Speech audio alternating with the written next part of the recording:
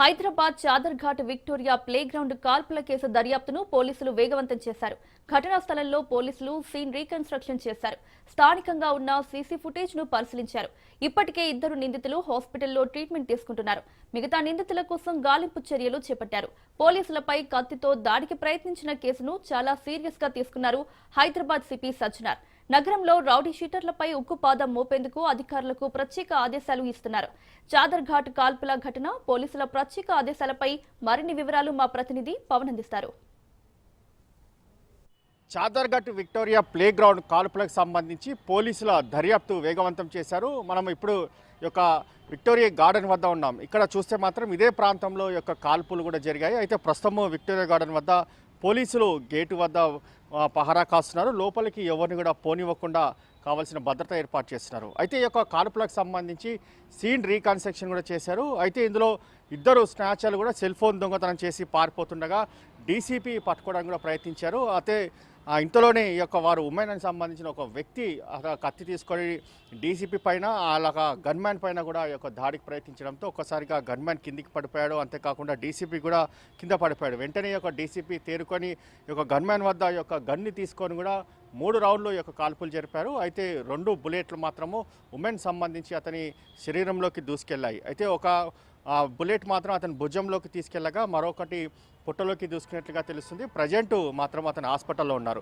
ఇంకొక దొంగ ఇదే యొక్క పోలీసులు వెంబడిస్తున్నారని గమనించి లోపల నుంచి ఇంకో వేరే బిల్డింగ్ పైన దూకడానికి ప్రయత్నించారు. దీంతో అతనికి కూడా తీవ్ర గాయాలయ్యాయి. దీంతో ఇద్దరిని కూడా ప్రజెంట్ హాస్పిటల్లో కూడా అడ్మిట్ చేశారు. అయితే ఈ ఘటనకు సంబంధించి పోలీసులు పూర్తిగా ఇన్వెస్టిగేషన్ కూడా చేస్తున్నారు. అయితే ఉమెన్ సంబంధించి చూస్తే మాత్రము అతని పైన 2 సార్లు పీడీ యాక్ట్ కూడా ఉంది. ఒకటి కాలపత్తర్ పిఎస్ కావచ్చు, అంతేకాకుండా హుస్సేనియాలం సంబంధించిన పిఎస్ ఆ యొక్క 2 సార్లు కూడా పీడీ యాక్ట్ ఉంది. అయితే యొక్క పీడీ యాక్ట్ నేపథ్యంలో సంవత్సరం పాటు అంటే 2 సంవత్సరాలు కూడా జైల్లో ఉండి వచ్చిన దాని తర్వాత కూడా అతని తీరు మారకపోవడము, ఇదే ప్రాంతంలో సెల్ ఫోన్ స్నాచింగ్ చేసి అతను పారిపోతుండగా డీసీపీ కంట పడి అతను పట్టుకోనికి ప్రయత్నించడంతో ఈ యొక్క ఘటన కూడా చోటు చేసుకుంది. అయితే ప్రజెంట్ డీసీపీకి కావచ్చు అతని గన్మ్యాన్కి కొంత తీవ్ర గాయాలయ్యాయి. కానీ ఎలాంటి ప్రాణహాని నష్టం లేదని చెప్పి కూడా ప్రధానంగా ఇటు డాక్టర్లు చెప్తున్న పరిస్థితి కనిపిస్తుంది. ఓవరాల్గా సిచ్యువేషన్ చూస్తే మాత్రము ఈ యొక్క కాల్పులకు సంబంధించి పోలీసులు ఈ యొక్క ఘటనకు సంబంధించి చాలా సీరియస్గా తీసుకున్నారు. అంతేకాకుండా దీని వెనక ఎవరెవరు ఉన్నారు, మరొక నిందితుడు కూడా పరారులో ఉన్నట్టుగా తెలుస్తుంది. అతన్ని కూడా అదుపులోకి తీసుకోవడానికి కూడా పోలీసులు తీవ్రంగా ప్రయత్నిస్తున్నారు. అంతేకాకుండా గాలింపు చర్యలు కూడా చేపట్టారు. మొత్తానికి ఓవరాల్గా చూస్తే సీన్ రీకన్స్ట్రక్షన్తో పాటు ఇక్కడ సీసీ ఫుటేజ్ను కూడా ప్రస్తుతం పోలీసులు సేకరించారు. మనం ఇక్కడ సీసీ ఫుటేజ్ చూస్తున్నాము. ఆ సీసీ ఫుటేజ్లో ఇక్కడి నుంచి వారంతా కూడా పారిపోవడానికి పరిగెత్తుకుంటూ వెళ్ళారు. దాని వెనుకనే డీసీపీ కూడా పరిగెత్తుకుంటూ వెళ్ళిన పరిస్థితి సీసీ ఫుటేజ్ ద్వారా యొక్క పూర్తిగా ఆధారాలు కూడా సేకరించిన పరిస్థితి చూస్తున్నాము. అంతేకాకుండా దీని వెనుక ఇంకా ఎవరెవరు ఉన్నారు, ఇతని గ్యాంగ్ సంబంధించిన సభ్యులు ఎవరున్నారు అనే దానిపైన కూడా పోలీసులు చాలా సీరియస్గా తీసుకున్నారు. అంతేకాకుండా ఇలాంటి పోలీసులపైన దాడులు జరిపితే మాత్రము కఠిన చర్యలు తీసుకుంటామని చెప్పి ఇప్పటికే హెచ్చరికలు కూడా జారీ చేశారు. అయితే ఇటీవల ఇదే పాత బస్తీలో ఒక గంజాయి మూట ఏఎస్ఐ సంబంధించిన కాలర్ పట్టుకున్న ఘటన కూడా చూసాము. అంతేకాకుండా దీనికి సంబంధించి ప్రధానంగా ఓవరాల్గా ఈ యొక్క సిచ్యువేషన్ కూడా చూస్తున్నాము. అయితే క్లూస్ టీమ్ కూడా లోపల నుంచి కూడా కొన్ని సైంటిఫిక్ ఆధారాలు కూడా సేకరించిన పరిస్థితి చూస్తున్నాము. ఆ సైంటిఫిక్ ఆధారాలు కూడా సేకరించి అక్కడ పూర్తిగా ఒక కెమెరాలో కూడా బంధించిన పరిస్థితి చూస్తున్నాము. ఎందుకంటే ఆ కెమెరా ద్వారా ఎవరెవరు దీనికి సంబంధించి ఎంత పెద్ద మొత్తంలో పరిగెత్తారు, అంతేకాకుండా సీసీ ఫుటేజ్కి సంబంధించిన పూర్తిగా యొక్క సైంటిఫిక్ ఆధారాలు కూడా ఇప్పటికే సేకరించిన పరిస్థితి చూస్తున్నాము. మరోవైపు ఇలాంటి పోలీసులపైన దాడులు తెగపడితే మాత్రం సహించేది లేదని చెప్పి కూడా హైదరాబాద్ సిపి సజ్జనార్ చెప్తున్న పరిస్థితి కూడా చూస్తున్నాము. అంతేకాకుండా ఇటీవలే నిజామాబాద్లో కూడా ఒక కానిస్టేబుల్ ప్రమోద్ పైన రియాజ్ అనే ఒక వ్యక్తి కత్తితో దాడి చేయడంతో అతని ప్రమోద్ కూడా చనిపోయారు. దాని తర్వాత పాత బస్సులో ఏఎస్ఐ కాలర్ పట్టుకోవడము.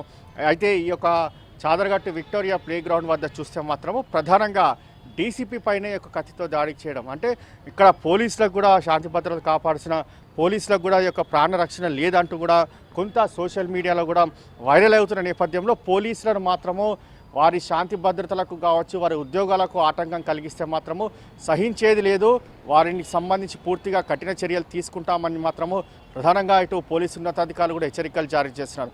ఓవరాల్గా చూస్తే మాత్రము ఇటు రౌడీ షీటర్లకు సంబంధించి ప్రధానంగా ఇప్పటికే దృష్టి కొనసాగించారు. వారి యాక్టివిటీస్ ఎలా ఉన్నాయి, అంతేకాకుండా ప్రధానంగా మోస్ట్ వాంటెడ్ రౌడీ షీటర్స్ ఎవరెవరు ఉన్నారు వారి యొక్క లిస్టును కూడా ఇప్పటికే సేకరించి వారికి సంబంధించి పూర్తిగా వారి యొక్క ఎలాంటి కార్యకలాపాలు ఉన్నారు, వారు ఇంకా సెటిల్మెంట్లు చేస్తున్నారు, ఇంకా భయభ్రాంతులకు గురి చేస్తున్నారా, వారికి సంబంధించి పూర్తిగా ఇన్వెస్టిగేషన్ కూడా చేస్తున్నారు. వారిపైన ఎప్పటికప్పుడు నిఘా పెంచుతూ వారు ప్రతిరోజు పోలీస్ స్టేషన్కి వచ్చి సంతకం చేసే విధంగా కూడా వ్యూహరచన చేస్తున్నట్లుగా మనకు తెలుస్తుంది.